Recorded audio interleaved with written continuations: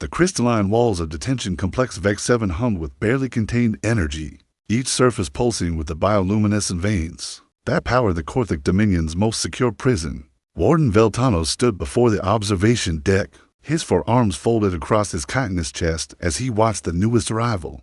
Being processed 3 levels below, the human was unremarkable by most standards' average height, brown hair, wearing the simple gray coveralls of a deep space salvager. What made Kellen Rourke extraordinary was his crime, asking too many questions. Subject exhibits standard human physiognomy. Drone the processing droid as it scanned Rourke's body. No cybernetic enhancements detected. Psychological profile indicates elevated curiosity quotient class 7 risk factor. Veltanos clicked his mandibles in satisfaction. In the 3 centuries since the Corthic had established their hegemony over this sector, they had learned that curiosity was humanity's most dangerous trait. A curious human had discovered FTL travel. Another had cracked the quantum encryption that protected Corthic military communications. And now this salvager had stumbled upon something. He shouldn't have the location of Project Nexus. The human was found examining our deep space monitoring station in the Erebus Nebula. Veltanos explained to his second-in-command, Captain Thixara. He managed to access 17% of the station's data core before our patrol intercepted him. 17%. Thixara's carapace darkened with concern. That's enough to piece together the nature of our operation. Yes. Veltanos turned away from the window as Rourke was led into his cell, a cramped, featureless cube designed to break the spirit through sensory deprivation. Project Nexus cannot be compromised. The Council of Hierarchs was very clear on this point. Down in cell block Omega, Kellen Rourke sat on the metal bench that served as his bed and furniture, running his fingers along the walls. To the guards monitoring him, he appeared defeated, perhaps even catatonic. They couldn't see the wheels turning behind his eyes, cataloging every detail of his imprisonment. The walls were composed of trilithium crystal matrices extremely durable, but susceptible to resonance frequency disruption if you knew the right harmonic. The energy conduits followed a predictable pattern, suggesting the entire facility was powered by a central fusion core. The gravity plating beneath his feet hummed at exactly 1 point to standard gravities, indicating artificial generation rather than planetary mass. Most interesting of all were the guards themselves. The Corthic were methodical to a fault, following routine with religious devotion. Guard changes occurred every 6 hours. Meal delivery came precisely at the same times. Even their conversation followed predictable patterns. Kellen had been imprisoned for 3 days when Veltanos finally visited him personally. The warden's massive frame filled the cell's entrance, his compound eyes glittering with malevolent intelligence. You continue to examine your surroundings, Veltanos observed, his voice a chittering rasp. Even now, even here, you cannot suppress your nature. Hard habit to break. Kellen replied mildly, not looking up from where he'd been tracing patterns on the floor with his finger. You mind if I ask what Project Nexus is about? Veltanos laughed a sound like breaking glass. Your curiosity is precisely why you will never leave this place. Did you know that we've held over 2,000 humans in this facility? Each one thought they were clever. Each one believed they would find a way out. And did they? There is a section of this complex we call the Memorial Wing, Veltanos said softly. 2,000 names etched in crystal. 2,000 failures. After the warden left, Kellen continued his patient observation. He noted how the energy conduits pulsed more rapidly during shift changes, suggesting increased power draw for security systems. He memorized the walking patterns of guards, the timing of automated scans, the slight fluctuation in ambient temperature that indicated the facility's day-night cycle. What the Corthic didn't understand about human curiosity was that it wasn't just about asking questions, it was about finding answers. And Kellen Rourke had been finding answers to impossible problems his entire life. On his 5th day of imprisonment, he began to smile. The smile vanished when they brought in the others. Kellen watched through the translucent barrier of his cell as a procession of prisoners shuffled past 15 humans in various states of physical and psychological deterioration. Their eyes held the hollow look of those who had abandoned hope, but their presence meant something far more sinister than simple incarceration. Fresh subjects for the neural mapping protocol, announced Guard Sergeant Crick's volume as he supervised the transfer. The good news is that your isolation period is over, human. The bad news is that you're about to discover why we call it the learning. They moved Kellen to a larger communal cell. where the other prisoners huddled in small groups or sat alone, rocking back and forth. An older woman with graying hair and burn scars across her left cheek approached him immediately. "New meat," she said without preamble. "Name's Morgan Vexia. Like the complex. Been here 8 months. You got maybe 2 days before they hook you up to the machine." "What machine?" Morgan's laugh was bitter. The Corthic have been trying to crack human consciousness for decades. They want to know how we think, how we innovate, how we keep finding ways to surprise them. So they built this thing, quantum neural interface that maps every synapse, every memory, every thought pattern. A younger man with the build of a ship's engineer looked up from where he sat. "The process takes about 6 hours, he said quietly. "Most people don't survive it intact. Those who do." He gestured at a woman in the corner who was methodically banging her head against the wall while humming children's songs. "Why?" Kellen asked.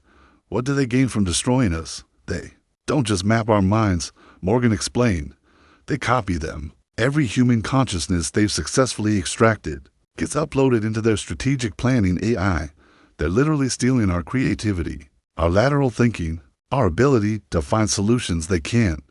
Kellen felt eyes form in his stomach. Project Nexus wasn't a weapon or a territorial expansion, it was something far worse. The Corthic were systematically harvesting human ingenuity to enhance their own capabilities. "How many?" he whispered. "Of the 2,000 humans who've been processed here, maybe 50 survived the neural mapping with their sanity intact. The rest," Morgan shrugged. "Like I said, fresh meat." That night, as the other prisoners tried to sleep, Kellen began testing his theories about the facility's construction. He had noticed that certain sections of the floor plating resonated differently when pressure was applied. Working in the darkness, he mapped out the underlying support structure, identifying key stress points and potential weaknesses. His work was interrupted when the lights suddenly blazed to life, and Guard Sergeant Craig's volume burst into the cell with 4 subordinates. "Recreation time is over," the Corthic announced, his weapon trained on the cowering prisoners. "Which of you vermin has been tampering with the floor sensors?" No one answered. Cracks of all mandibles clicked with annoyance. "Very well, we'll simply test all of you." The guards grabbed Morgan first, hauling her toward the cell entrance despite her struggles. That's when Kellen made his first mistake. He intervened. "Wait," he called out, stepping forward. "It was me. I was examining the floor structure." Craig's volume turned his compound eyes toward Kellen, studying him with predatory interest. "The curious one speaks. How refreshing." The guard sergeant's fist caught Kellen across the jaw, sending him sprawling. The blow was calculated, painful, but not debilitating.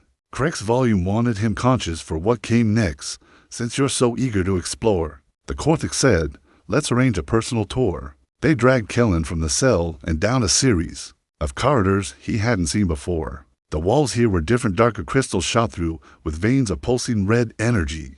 The air hummed with barely contained power, and Kellen could feel static electricity building in his hair. The tour ended at a massive circular chamber dominated by a chair that looked like it had been grown rather than built, organic curves twisted around mechanical components, and dozens of neural interface cables hung from the ceiling like the tendrils of some deep-sea creature.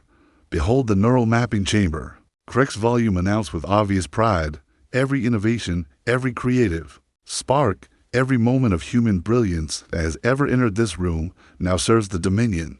Kellen studied the machine with professional interest, noting the quantum field generators, the bioneural processors, the failsafes designed to keep the subject alive during the extraction process. It was an impressive piece of technology and, like all technology, it had weaknesses. "Fascinating design," he said honestly.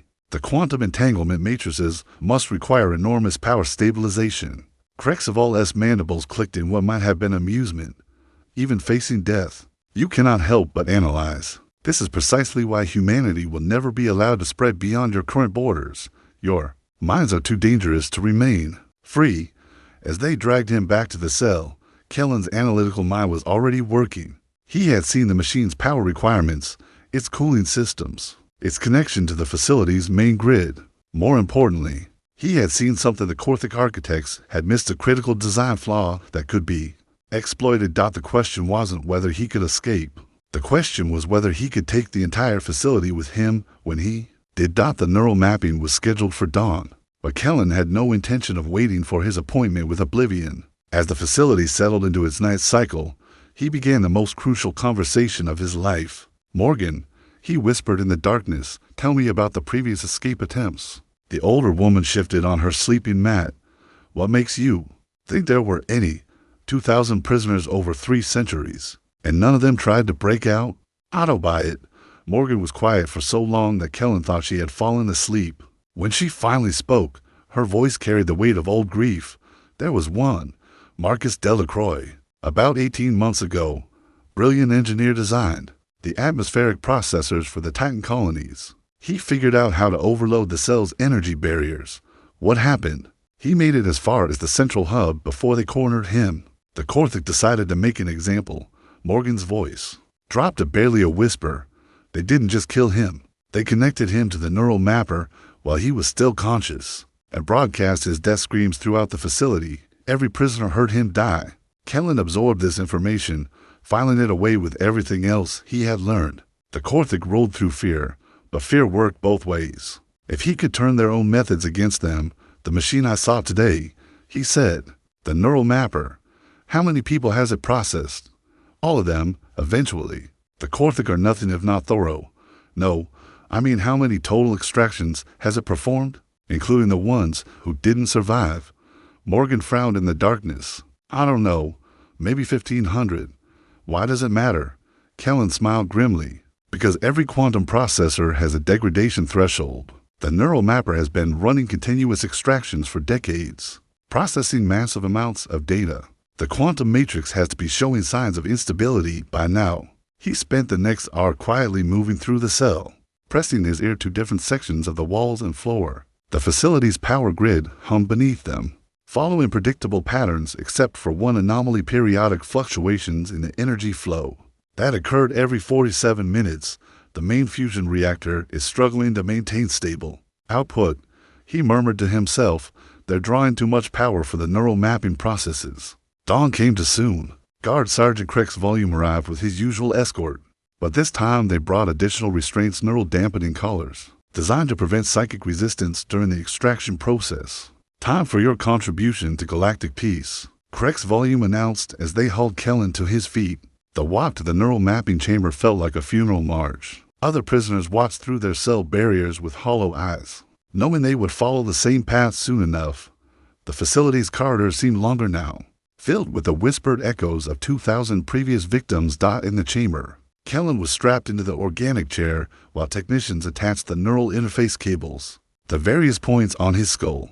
The quantum field generators began their warm-up cycle, filling the air with a subsonic hum that made his teeth ache. Warden Veltanos appeared at the observation window, his forearms spread wide in a gesture of satisfaction.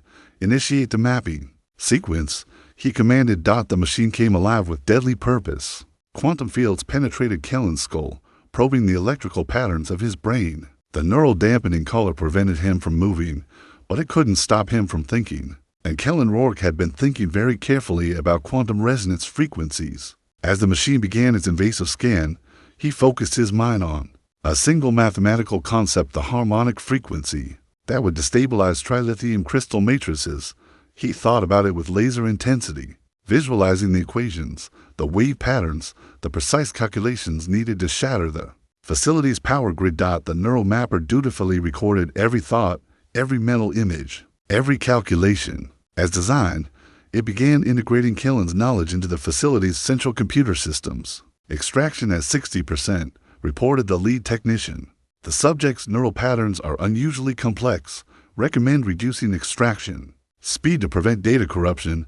Maintain current parameters," Veltanos ordered. "I want his mind completely mapped before we lose him." Kellen almost laughed despite the agony coursing through his nervous system. The Korthik's greed was about to become their downfall. They wanted all of his knowledge, every secret thought and technical insight. They were about to get it. "Extraction at 80%, the technician announced. "Warning: detecting anomalous resonance patterns in the subject's frontal cortex. These calculations appear to be..."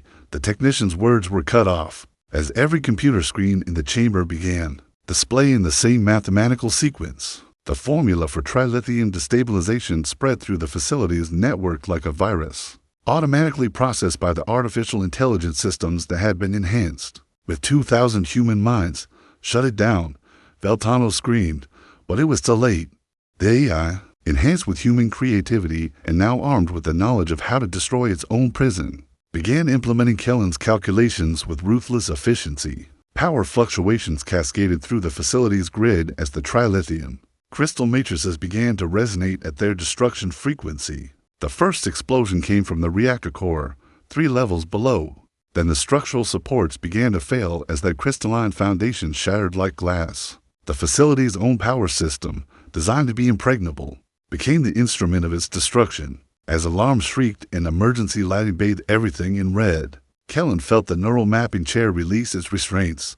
The quantum field generators were failing, their power supply disrupted by the spreading chaos. He staggered to his feet as the chamber shook with another massive explosion. Through the observation window, he could see Veltano shouting orders at his panicking subordinates. The warden's compound eyes met Kellen's through the reinforced crystal, and in that moment, both of them understood the true nature of human curiosity.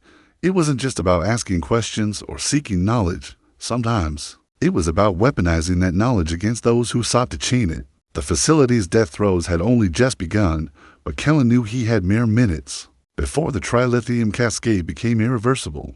He needed to reach the other prisoners before the entire complex collapsed into radioactive ash. The neural mapping chamber's door had been designed to remain sealed during extraction procedures, but the power fluctuations had disrupted its locking mechanisms.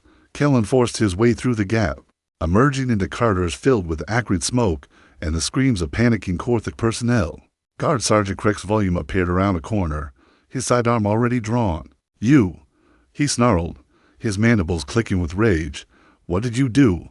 "I answered a question," Kellen replied, then dove sideways as the Corthic opened fire. The energy bolt seared the air where he had been standing, leaving molten scars in the crystalline wall. Kellen rolled behind a support column as another section of the facility's superstructure collapsed, sending a shower of debris between him and his pursuer. "The cascade is accelerating," came an announcement over the facility's failing communication system. "All personnel evacuate to emergency stations. Repeat trilithium containment has been compromised." Kellen used the chaos to his advantage, moving through service corridors that the Corthic architects had designed for maintenance drones. The passages were narrow, forcing him to crawl, but they provided concealment from the search teams that were now hunting him through the facility. He reached cell block Omega just as another massive explosion rocked the complex. The detention barriers had failed, their power supply cut by the spreading damage. Prisoners wandered the corridors in confusion, not understanding that their cage door was open. "Morgan," Kellen called out, finding the older woman still in her cell despite the unlocked barriers. "We need to move, now." "Move where?" she demanded. "This facility is in the middle of deep space. Even if we escape the complex, we'll die in vacuum. Not if we reach the docking bays." The Corthic had to have transport ships. Morgan stared at him as understanding dawned. "You planned this. The neural mapping you let them skin you on purpose. The machine was designed to steal human ingenuity," Kellen said grimly. "I gave it exactly what it wanted, the knowledge to destroy itself." He began gathering the other prisoners, those who were still capable of movement. 14 humans against an entire facility of alien guards, with the complex literally disintegrating around them. The odds would have been impossible under normal circumstances. But these weren't normal circumstances. The facility's own enhanced AI, now infected with Kellen's destructive knowledge, was systematically shutting down security systems and opening emergency access routes. The Corthic found themselves trapped in a prison of their own making, with their own technology turned against them. The group fought their way through collapsing corridors, past emergency barriers that opened at their approach and security checkpoints that had been mysteriously deactivated. The AI was helping them escape, driven by the collective creativity of 2,000 human minds that had been forcibly uploaded into its systems. They encountered their first organized resistance at the junction to the docking bays. Warden Veltanos had rallied a squad of guards armed with military-grade weapons, determined to prevent any prisoners from reaching the ships. "Stop where you are," the warden commanded, his forearms spread wide to block the corridor. "I will not allow this facility's security to be compromised by human arrogance." "Your facility is already compromised," Kellen replied, gesturing at the flickering lights and ominous rumbling. "That shook the walls. The trilithium cascade can't be stopped." You have maybe 10 minutes before this entire complex becomes a radioactive crater. Then we die together, Veltano snarled. Better that than allow human contamination to spread to the rest of the Dominion. The firefight that followed was brief, but vicious. The Korthik had superior weapons and defensive positions, but the prisoners had desperation and the advantage of a facility that was actively helping them. Blast doors sealed off the guards' retreat routes, while emergency lighting guided the humans toward cover. Morgan took an energy bolt through the shoulder, but kept firing. Using a drop Korthik weapon with grim efficiency, the engineer, whose name Kellen finally learned was Torres, proved surprisingly adept at turning maintenance equipment into improvised weapons. When the smoke cleared, 3 prisoners were dead and 5 more were wounded, but Veltano's lay among the casualties. His chitinous armor cracked and leaking the orange ichor that served as Korthik blood. Should have evacuated when you had the chance, Kellen said softly. Kneeling beside the dying warden, Veltano's looked up at him with failing compound eyes. You don't understand what you've done. This facility, the neural mapping project, it was the only thing holding back a war between our species. What do you mean? The Council of Hierarchs, they wanted to invade human space directly. I convinced them that harvesting your creativity was more efficient than conquest. Veltano's coughed, spattering orange blood across his mandibles. Without the data from this project, they'll see no alternative to direct action. Kellen felt a chill that had nothing to do with the facility's failing life support systems. How many ships? How large is their fleet? But Veltano's was already dead, his final words lost in the rumbling chaos of the facility's collapse. The docking bays were in chaos when the survivors finally reached them. Korthik personnel were fleeing in whatever ships they could reach, abandoning the complex to its fate. Several transport vessels remained unguarded, their crews either dead or evacuated. Can anyone fly one of these things? Kellen asked, eyeing the alien spacecraft with their organic curves and unfamiliar controls. I can, Torres said, blood still flowing from a gash across his forehead. Spent 2 years reverse engineering Korthik technology for fleet intelligence. Their ships are actually simpler than ours, mostly bioneural interfaces. As they boarded the nearest transport, another section of the facility collapsed in a shower of crystalline debris. The trilithium cascade was accelerating, and they had perhaps minutes before the entire complex reached critical mass. The ship's engines came online just as the docking bay began to buckle. Torres pushed the vessel to maximum acceleration, racing against the expanding wave of destruction that was consuming detention complex Vex 7. Behind them, 2,000 human minds uploaded, digitized, but not destroyed went down with the facility they had helped to annihilate. Their final act of defiance burned like a star against the darkness of space, a funeral pyre visible across 3 star systems. But their sacrifice had only bought time.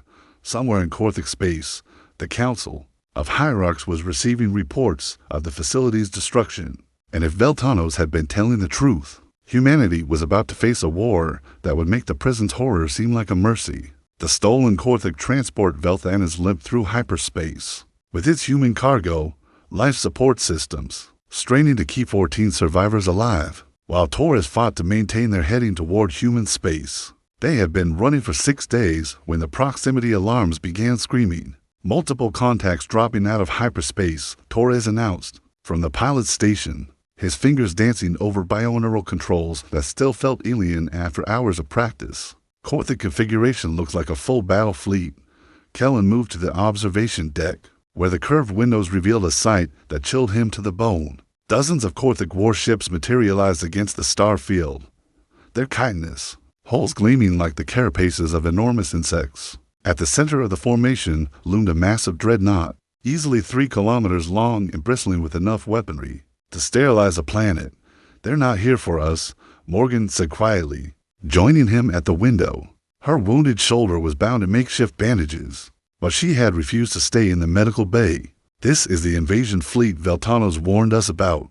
The communication system crackled to life, broadcasting on emergency frequencies. Human vessels, this is Admiral Korthavikas of the Dominion War Fleet. Surrender immediately, or be destroyed. Torres looked back from the pilot's station. What do we do? This ship has no weapons, and they've got us outnumbered about 50 to 1. Before Kellen could answer, new contacts appeared on the sensor display. Human ships, a full battle group, led by the dreadnought Retribution and her escort fleet. The cavalry had arrived. But Kellen wondered if it would be enough. Unknown Korthic vessel. This is Admiral Sarah Chen of the Terran Defense Force. Came a transmission from the human fleet. You are ordered to surrender and prepare to be boarded. Admiral Chen, this is Kellen Rourke aboard the stolen ship Velthanis. We have 14 prisoners who escaped from detention complex Vex 7. I have critical intelligence about Korthic operations. A pause, then, Mr. Rourke, we've been looking for you for 3 weeks. Can you confirm your identity? Kellen rattled off his salvage license number and authorization codes, then added, Admiral, you need to know the Korthic have been harvesting human consciousness. They've uploaded the minds of over 1,000 prisoners into their strategic AI. That's how they've been anticipating our tactical movements. Understood. Maneuvering to provide cover for your vessel. All ships, prepare for engagement. The space between the two fleets erupted into deadly chaos. Particle beams and plasma torrents crossed the void, while fighter squadrons launched from carrier bays, their engines leaving trails of fire against the darkness the human ships fought with. Desperate efficiency, knowing they were outnumbered, but hoping their technological advantages would level the field. The Retribution led the charge, her massive railguns hammering at the Korthic dreadnought while her escorts provided covering fire. But the Korthic had advantages beyond mere numbers. Their ships moved with unnatural coordination, their AI enhanced. Tactical systems predicting human movements with terrifying accuracy. Worse, their weapons had been specifically designed to counter human shielding technology. The destroyer Valiant is breaking up, Torres reported, his voice tight with horror as they watched one of the human escorts torn apart by concentrated Korthic fire, and the Fearless has lost main power. The battle raged for 20 minutes, but Kellen could see the outcome was inevitable. The human fleet was giving a good account of itself, but they were being systematically outmaneuvered by an enemy that seemed to know their every move before they made it. That's when inspiration struck. Torres, can you access the ship's communication array? Yeah, but what good will that do? We're in the middle of a battle. Trust me. Kellen moved to the communication station, his fingers finding the binaural interface controls. I need to broadcast on all Korthic frequencies, both military and AI networks. You want to talk to their computers. I want to give them something to think about. Kellen began transmitting the same trilithium destabilization equations that had destroyed the prison complex, but this time he embedded them in a cascading virus designed to spread through interconnected systems. The Korthic fleet's coordination was their strength and their greatest vulnerability. What are you doing? Morgan demanded. The same thing I did to the prison, Kellen replied grimly. The Korthic ships are networked together, sharing tactical data through their AI systems. If I can introduce the right kind of chaos into their network, the effect was almost immediate. Several Korthic ships began falling out of formation, their coordination disrupted as their AI systems struggled to process the destructive data virus. The massive dreadnought's firing pattern became erratic, its targeting systems confused by contradictory information. It's working, Torres breathed. Their formation is breaking up. Admiral Chen's voice crackled over the communication system. Unknown sabotage detected in Korthic network systems. All ships press the attack while they're disorganized. The human fleet surged forward, taking advantage of the chaos to close range and engage with their most powerful weapons. The Retribution landed a devastating blow on the Korthic dreadnought's command section, while the surviving escorts focused their fire on the smaller warships. But the Korthic adapted quickly. Admiral Korthic severed the network connections between his ships, sacrificing coordination for security. The alien fleet began fighting as individual units, their natural aggression and superior numbers gradually reasserting themselves. 3 more human ships down, Torres reported. The Retribution is heavily damaged, and Admiral Chen is requesting immediate evacuation. The tide of battle was turning again, and this time there would be no reprieve. The human fleet had fought valiantly, but they were being overwhelmed by sheer weight of numbers. That's when the second miracle occurred. New contacts on long-range sensors, Torres announced, his voice filled with disbelief. Multiple hyperspace signatures. It's the entire Centauri defense fleet, plus reinforcements from 3 other sectors. Kellen smiled grimly. The distress beacon I activated when we first escaped the prison. Fleet Command must have traced our route and assembled a response force. 60 human warships dropped out of hyperspace in perfect formation, their arrival coordinated to maximize tactical advantage. The Korthic fleet, already battered and disorganized, found themselves caught between two forces and facing odds that even their enhanced AI couldn't overcome. The final phase of the battle was a massacre, caught in a crossfire between the human fleets. The Korthik ships were systematically destroyed despite their desperate attempts to break free. Admiral Korthik's dreadnought fought to the end, its weapons blazing defiance even as its hull cracked and atmospheric gases vented into space. When the shooting stopped, debris fields marked the graves of ships from both sides. The human fleets had won, but at terrible cost. Nearly half their vessels were destroyed or crippled, with casualties numbering in the thousands. But they had also accomplished something unprecedented. They had captured a Korthik AI core intact, along with the uploaded minds of 2,000 human prisoners. The data within that core would revolutionize humanity's understanding of their enemies. And buried deep in the alien AI's memory banks was the location of every major Korthik installation. In this sector of space. 3 months after the battle of Erebus Nebula, Kellen Rourke stood on the bridge of the dreadnought Inexorable, watching as the combined human fleet approached the Korthik fortress world of Ekmaler. The intelligence extracted from the captured AI core had revealed this planet as the administrative center for the entire prison network, and a location where the Korthik were building an even more ambitious neural harvesting facility. Final approach in 30 minutes, announced Captain Rodriguez from the command chair. All ships report ready for planetary assault. The fleet arrayed around them was the largest military force humanity had ever assembled. Over 200 warships, countless support vessels, and enough firepower to crack a planet's crust. But Kellen knew that raw firepower wouldn't be enough against what waited below. The facility is built into the planet's core, he explained to the assault commanders during the final briefing. They've been constructing it for over 50 years, a neural mapping complex that could process 1 million human minds simultaneously if they complete it. They won't, Admiral Chen said firmly. Her face still bore scars from the battle in Erebus Nebula, but her voice carried absolute conviction. Intelligence estimates 60,000 Korthik personnel on the surface, plus automated defenses. It won't be easy, but we have one advantage they don't expect. She gestured toward Morgan and the other surviving prisoners from Vex 7, who now wore the uniforms of Special Operations Advisors. People who understand how their minds work. The orbital bombardment began at dawn, the Ekmaler time. Kinetic impactors rained down from space while fusion warheads carved craters in the planet's crystalline surface. But the Korthik had prepared for this day, honeycombing their world with defensive installations that rose from hidden bunkers to engage the human fleet. Massive particle beam arrays lanced upward, their coherent energy striking ship after ship. The destroyer Vengeance died first, her hull split like an eggshell by a direct hit. The cruiser Defiant lasted longer, but concentrated fire from 3 separate installations finally overwhelmed her shield's surface. Defenses are more extensive than anticipated, Captain Rodriguez reported as the Inexorable shuddered under enemy fire. Recommend we fall back and reassess. Negative, Admiral Chen replied. The neural mapping facility goes online in 6 hours.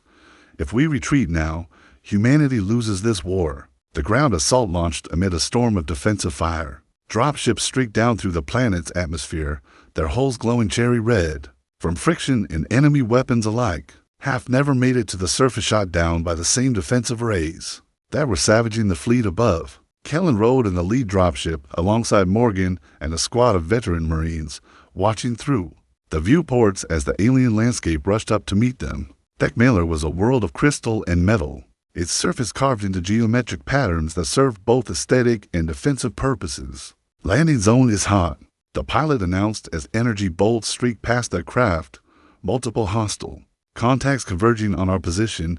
They hit the ground running, literally. The dropship's ramp lowered while they were still moving, disgorging Marines and civilian advisors into a crystalline wasteland swept by defensive fire. Korthik warriors emerged from hidden positions, their movements coordinated by the same AI networks that had made them so dangerous in space.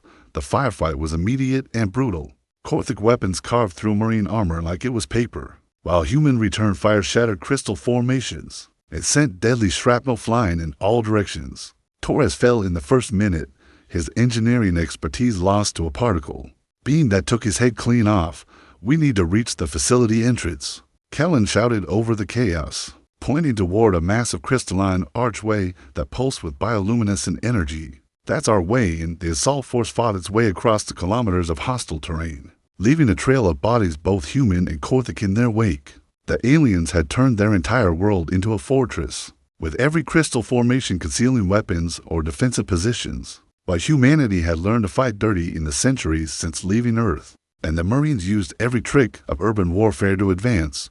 Sergeant Martinez led a flanking maneuver through a field of crystal spires, his squad using shaped charges to bring down entire formations and crush the defenders beneath. Lieutenant Kim's heavy weapons team provided covering fire, their plasma cannons reducing Korthic positions to molten slag. Morgan proved herself more deadly than any Marine, using her intimate knowledge of Korthic psychology to predict their movements and counter their tactics. They always retreat to higher ground when under pressure, she explained, directing fire toward elevated positions before the aliens could reach them. It's an evolutionary response. Predators strike from above, but for every Korthic position they overran, Timor seemed to take its place. The defenders were fighting with the desperation of a species facing extinction, and their homeworld advantages were telling. By the time the assault force reached the facility entrance, they had lost over 60% of their strength. The door is sealed with trilithium locks, reported Corporal Johnson, the squad's demolitions expert. I can breach it, but it'll take time. Time we don't have, Kellen replied, watching as Korthic reinforcements converged on their position. They're massing for a counterattack. That's when the orbital bombardment resumed with devastating intensity. Admiral Chen had committed the entire fleet to a final barrage, ignoring the defensive fire that was systematically destroying her ships, the inexorable traded broadsides, with a massive ground-based weapon, both vessels pouring destructive energy into each other until the Space Dreadnought's magazines detonated in a spectacular fireball. Admiral Chen is dead, came the report over the communication channel. Command is transferring to Admiral Reyes aboard the Indomitable. The bombardment cleared a path to the facility entrance, but it also eliminated any hope of evacuation. The assault force was now stranded on an alien world with no way home except victory. Johnson's charges detonated with a sound like thunder, blowing the facility doors inward and revealing corridors that stretched deep into the planet's core. The neural mapping complex beyond was larger than anything the humans had imagined, a vast network of chambers and processing centers that can house millions of prisoners. Jesus Christ, whispered Private Davies as they advanced through the facility. How many people were they planning to process here? The answer came from an unexpected source. As they penetrated deeper into the complex, they began encountering the uploaded consciousness of previous victims' human minds that had been extracted and stored in crystalline matrices. Throughout the facility, the ghosts of dead prisoners guided them through the maze of corridors, their digitized voices whispering directions and warnings. The main processing center is 3 levels down, came the voice of someone who had died decades ago, but beware, the Korthic have activated their final protocol. They found the central chamber at the heart of the facility, a vast spherical space dominated by the largest neural mapping device ever constructed. Thousands of extraction chairs surrounded the central core, each one designed to process human consciousness at an industrial scale. And operating the machinery were not Korthic technicians, but something far worse. Enhanced Korthic aliens who had undergone neural augmentation using stolen human creativity moved through the chamber within human coordination.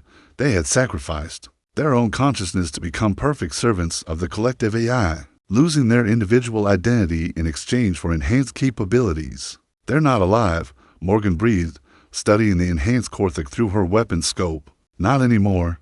They're just extensions of the machine. The final battle raged through the processing center, human weapons against alien technology. Enhanced by stolen human ingenuity, the enhanced Korthic fought with mechanical precision, their movements coordinated by the facility's AI to eliminate every threat with maximum efficiency. Sergeant Martinez died holding a choke point, his body riddled with particle beam wounds, but his heavy machine guns still chattering defiance. Lieutenant Kim fell when an enhanced Korthic tore through her squad's defensive position, but not before she managed to destroy 3 of the processing chairs with her last grenade. The effect was instantaneous and terrible. 2 million digitized. Human consciousness is tortured, imprisoned, but never truly broken awaken simultaneously within the Korthic AI network. Their combined fury, creativity, and desperate need for freedom crashed through the system like a digital tsunami, overriding security protocols and seizing control of every connected device. On the planet, the enhanced Korthik in the processing center convulsed as their neural implants were overwhelmed by contradictory commands. Some collapsed immediately, their borrowed consciousness finally free to dissipate. Others fought against the invasion, their chitinous bodies twitching as human and alien thought patterns battle for control. The defensive arrays are shutting down, reported one of the surviving Marines, monitoring his tactical display with amazement. Surface installations across the planet are going offline. Above them, the human fleet pressed their attack with renewed vigor as BlackHFY's orbital defenses fell silent. Ship after ship dropped through the atmosphere, disgorging reinforcements and supplies to support the ground assault. But the real battle was taking place in digital space, where the liberated human minds were systematically dismantling 3 centuries of Korthik oppression. Warning, core containment failing, announced the facility's computer system in a voice that now carried distinctly human inflections. Recommend immediate evacuation of all personnel.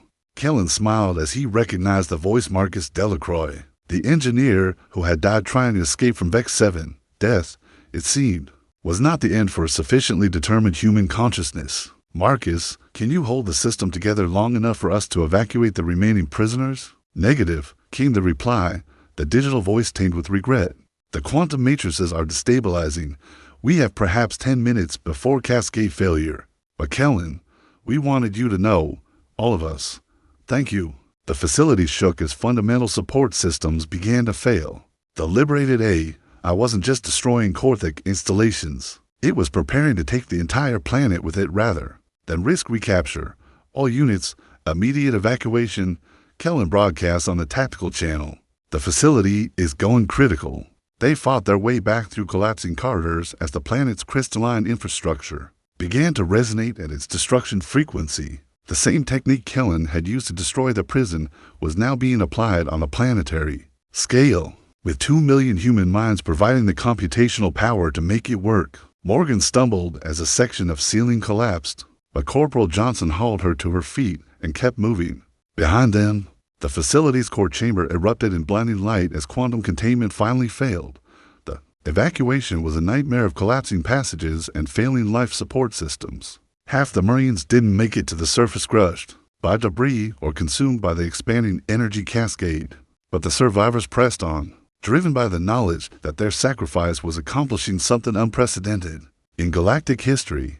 They reached the surface just as the planet began to tear itself apart.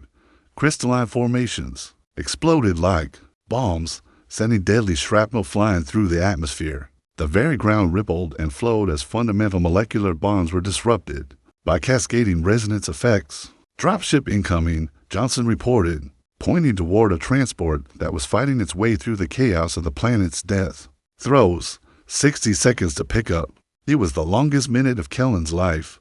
The Mailer convulsed beneath their feet as 2 million human minds spent their final moments ensuring that no trace of Korthik neural mapping technology would survive. The planet's crust cracked like an eggshell, revealing the molten fury beneath. The dropship's pilot, a young woman with lieutenant's bars, brought her craft down in a controlled crash landing. The ship's hull glowing from atmospheric friction and defensive fire.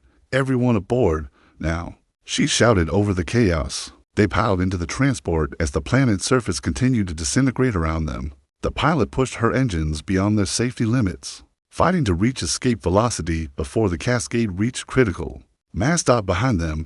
The Mailer died in fire and light, not just the destruction of a world, but the funeral pyre of an entire system of oppression. The explosion.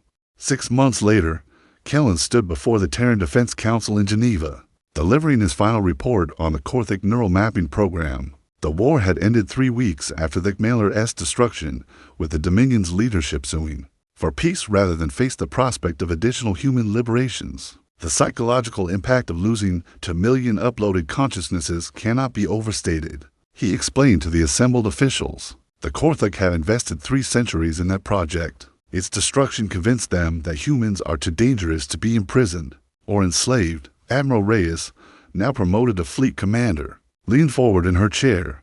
What about the remaining prison facilities? Intelligence suggests they're holding at least 50,000 human prisoners across the sector. The peace treaty includes mandatory release of all human captives, Kellen replied. The Korthik are also providing reparations. including the technology to reconstruct the uploaded consciousnesses we recovered from their databases. It was true. Though the process would take decades, the human minds trapped in Cortex systems had been damaged by their imprisonment, fragmented and corrupted by years of forced integration with alien AI networks. But humanity had something the Cortex could never understand: the willingness to spend any amount of effort to bring their people home. After the hearing, Kellen walked through the halls of the Defense Ministry, past memorials to the thousands who had died in the final assault on Nick Miller. Their sacrifice had purchased something invaluable: the knowledge that human curiosity, properly applied, was the most dangerous weapon in the galaxy. Morgan found him there, her arm still in a sling from injuries sustained during the evacuation. "Any regrets?" she asked quietly. Kellen considered the question. "Two worlds destroyed, countless lives lost, an entire species forced to accept terms they found humiliating." The human capacity for violence, when properly motivated, had proven to be as boundless as their curiosity. "Just one," he said finally. "I wish those 2 million minds could have lived to see what they accomplished." "Maybe they did," Morgan replied, pointing toward a memorial wall where digital displays showed the faces of the uploaded prisoners. "The reconstruction team say some of the consciousness patterns show signs of satisfaction, as if they knew what was coming in those final moments." As they watched, the memorial cycled through image after image: scientists, engineers, soldiers, civilians, all united by their refusal to let their captors break the human spirit. They had been imprisoned for their curiosity, their creativity, their stubborn refusal to accept that some questions should not be asked. In the end, that same curiosity had burned their prison to ash and carved humanity's name across the stars in letters of fire. The galaxy would remember Nick Miller for 1,000 years, not as the site of a great victory, but as proof that some species should never be caged. Humanity had demonstrated that they possessed something more dangerous than any weapon, more devastating than any fleet. They had shown the universe what happened when you tried to imprison human curiosity, and the universe had learned to be afraid.